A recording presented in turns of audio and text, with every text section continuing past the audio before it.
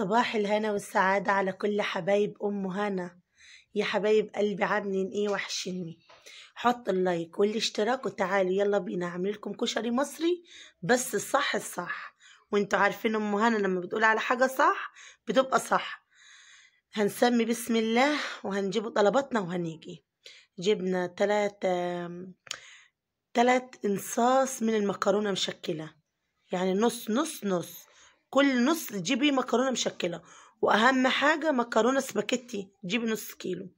هنوفر النهاردة وهنوكل عيالنا كشري المصري الجميل اللي العلبة قد كده هو فيها معلقتين ب20 جنيه وب25 جنيه. يبقى احنا نعمل كمية ما شاء الله عليها بأبسط طريقة ومصاريف مفيش قوي. يعني هقول لكم الحسبة في آخر الفيديو وهقول لكم على عيوبه وعلى مميزاته برضو. جبت 1.5 كيلو من المكرونة مشكلة، وزي ما قلت لكم فيها ايه اسباجيتي. دي اول خطوة. تاني خطوة جبت نص كيلو رز، وكنت مفلفلة الشعرية انا وشايلاها. انا عاملة كذا خطوة في الفيديو ده بس انا شايلاها على جنب، يعني كنت عاملاها قبلها. يعني انا بستعد طول النهار ان انا بعمل كشري المصري ده يعني طول النهار انا بحضر فيه بصراحة. سلقت المكرونة زي ما انا وريتكم. المية طبعا عليها شوية زيت على ملح. تسلقي المكرونة بتاعتك الاول العجل والمشكلة وبعد كده الاسباجيتي. دي اول خطوة. تاني خطوة نفلفل الشعرية بالرز زي ما انتوا شفتوها ونحطوا عليها البهارات بتاعتها، كمون فلفل اسمر بس وملح، وتزودوها مية ونغطوا عليها ونسيبوها برضو.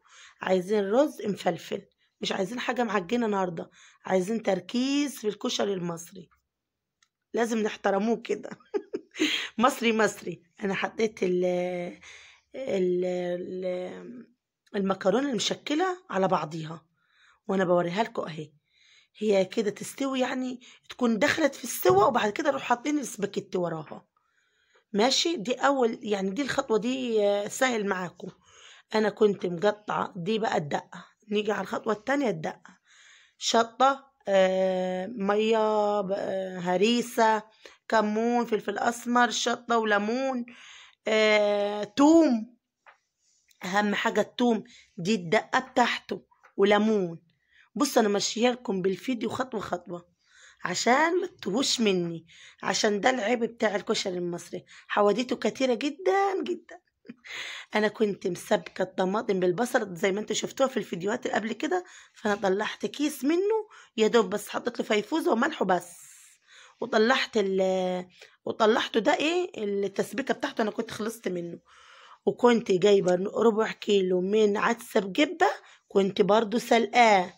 ما فيش ولا حاجه، العدس بجبه تغسليه وتسلقيه بس ما تسلقوش السلقه اللي بيبقى فيها طبيخ، احنا مش عايزينه طبيخ، عايزينه مفلفل كده برضو. بص انا بوريكم كل خطوه. نيجي على الخطوه التانية. البصل بيتحط فوق الكشري، ده اللي بيدي طعم العسل. هنشرح البصل انا ما رضيتش اعمله معاكم عشان بياخد وقت ياما بصراحه.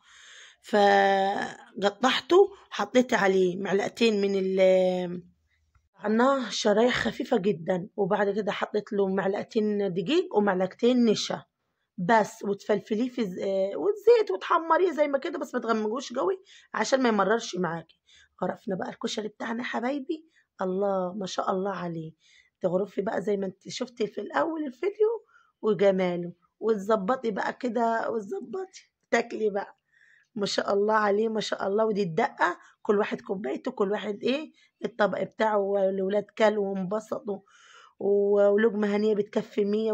طول ما الواحد بيقول الحمد لله على نعمة ربنا، ربنا بيزيدنا ما بينقصناش والحمد لله.